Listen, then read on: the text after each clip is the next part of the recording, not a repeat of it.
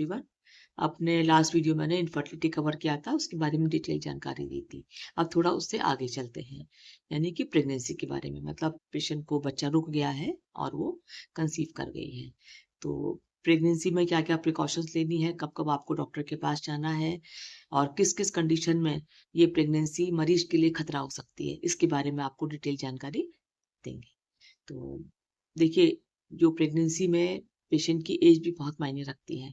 अगर मान लीजिए कि 18 साल से कम उम्र में मरीज का बच्चा रुक जाता है, जैसा कि आजकल देखा गया है, कई बार लोग अपने फैमिली सर्कमस्टांसेस की वजह से या किन्हीं और कारणों से मरीज की शादी जल्दी कर देते हैं, तो उनको बहुत ज़्यादा चीज़ों का आइडिया नहीं होता है, तो बच्चे कंसीव कर जाते हैं।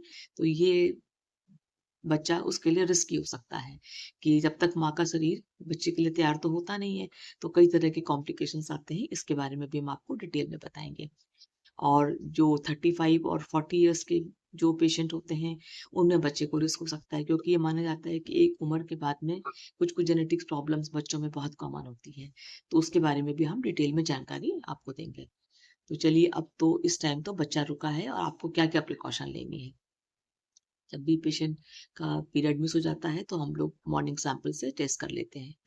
प्रेगनेंसी रुक गई है तो, और इसके बाद उसको कई तरह की दिक्कतें होती हैं, जैसे मॉर्निंग सिकनेस वगैरह है, थकान है, चक्कर आना है और उल्टी वगैरह महसूस होने लगती है, यूरिन की प्रॉब्लम होने लगती है, पेट में हल्का सा नीचे दर्द रहता है। तो आपने टेस्ट कर लिया है, तो शुरुआत में हम लोग कुछ ब्लड टेस्ट भी कराते हैं, जिसको हम लोग एएनसी प्रोफाइल 1 कहते हैं, कि पहले पहले आपको क्या क्या टेस्ट कराने हैं। तो इसमें से हीमोग्लोबिन है, ब्लड ग्रुप है, उसका शुगर और सारे वायरल मार्कर और किडनी फंक्शन, लिवर फंक्शन और एक अल्ट्रासाउंड, जो कि 2 महीने के आसपास ज़रूर करा लेना चाहिए। जैसा कि मैंने बताया था कि 2 महीने में बच्चे की हार्ट बीट बन जाती है। और ब्लड टेस्ट में हम लोग यही देख लेते हैं कि ग्रुप कौन-सा है, माइनस का ग्रुप तो नहीं है। माइनस का ग्रुप अगर होता है, तो फिर हस्बैंड का भी चेकअप होता है, दोनों का ग्रुप सेम होता है, तो बच्चे के लिए रिस्क कम होता है। लेकिन अगर माँ का ग्रुप नेगेटिव है और बाई चांस उसके बच्चे का ग्रुप अगर पॉजिटिव होता है, जो कि वो कंसीव कर रही है, तो ऐसे में माँ के लिए खतरा होता है और ब्लीडिंग वगैरह के चांसेस होते हैं, और ऐसे में कुछ इंजेक्शन हम लोग पेशेंट को एक्स्ट्रा लगवाते हैं। वायरल मार्कर में भी कुछ-कुछ चीज़ें अगर पॉजिटिव आती हैं, तो उसकी वजह से अबॉर्शन भी बहुत कॉमन है।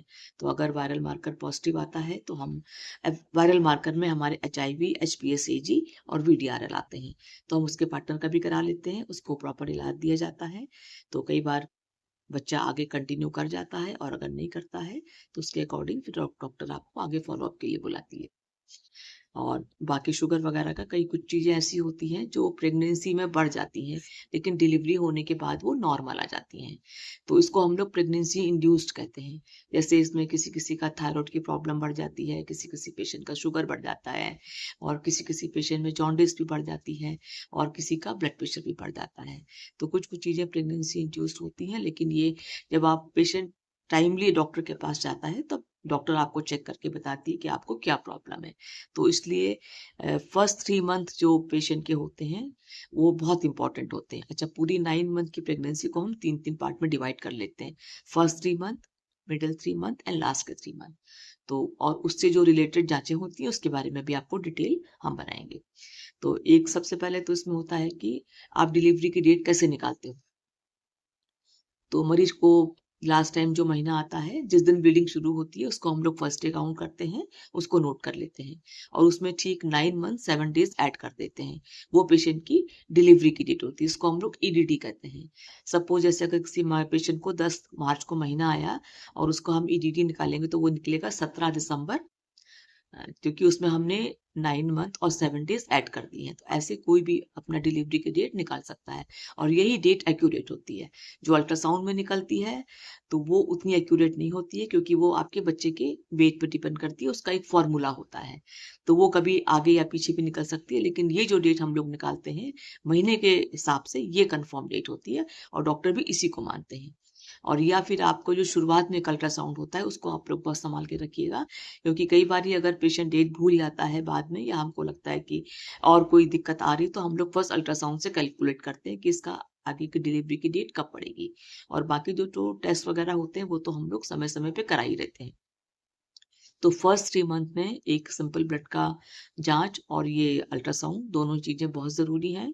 और अगर पेशेंट का मान लीजिए पहला बच्चा है, तो कोई ज़्यादा प्रॉब्लम नहीं है, लेकिन अगर उसके पहले बच्चे के कई अबॉर्शंस उसके हो चुके हैं, उसके बाद वो बच्चा कंटिन्यू कर रही है, तो इसका एक अलग से टॉपिक है, वो मैं आपको नेक्स्ट वीडियो में बताऊंगी।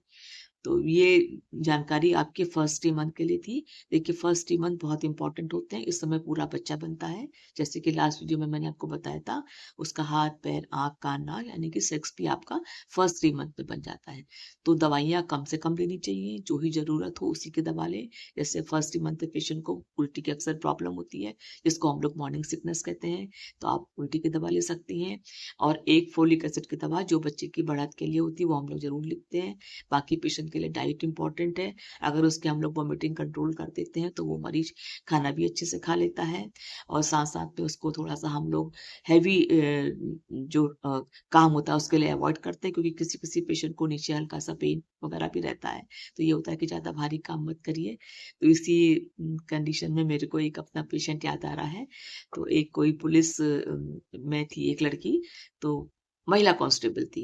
तो हम लोग लोहिया पे थे, तो वो मुझे उसकी वहीं पे इंदिरा गांधी प्रतिष्ठान में कोई ड्यूटी लगी थी, कोई वीआईपी मूवमेंट था, तो वो दिखाने के लिए आई मेरे को। तो वो मतलब प्रेगनेंसी तो उसको थी ही थी, तो कहने लगी मैडम मेरे को बहुत नीचे अक्सर पेन रहता है, तो मैं क्या मतलब करूं और कौन कौन सी दवाई है। तो उसको हम लोगों ने पूरे इन्वेस्टिगेशंस कराए, तो पता लगा उसको ट्विन प्रेगनेंसी थी और उसका पहला बच्चा था। तो मैंने कहा देखो ट्विन प्रेगनेंसी है, पहला बच्चा है, और अगर तुमको पेन है तो रिस्क हो सकता है थोड़ा सा, तुम बहुत हैवी ड्यूटी अवॉइड करो।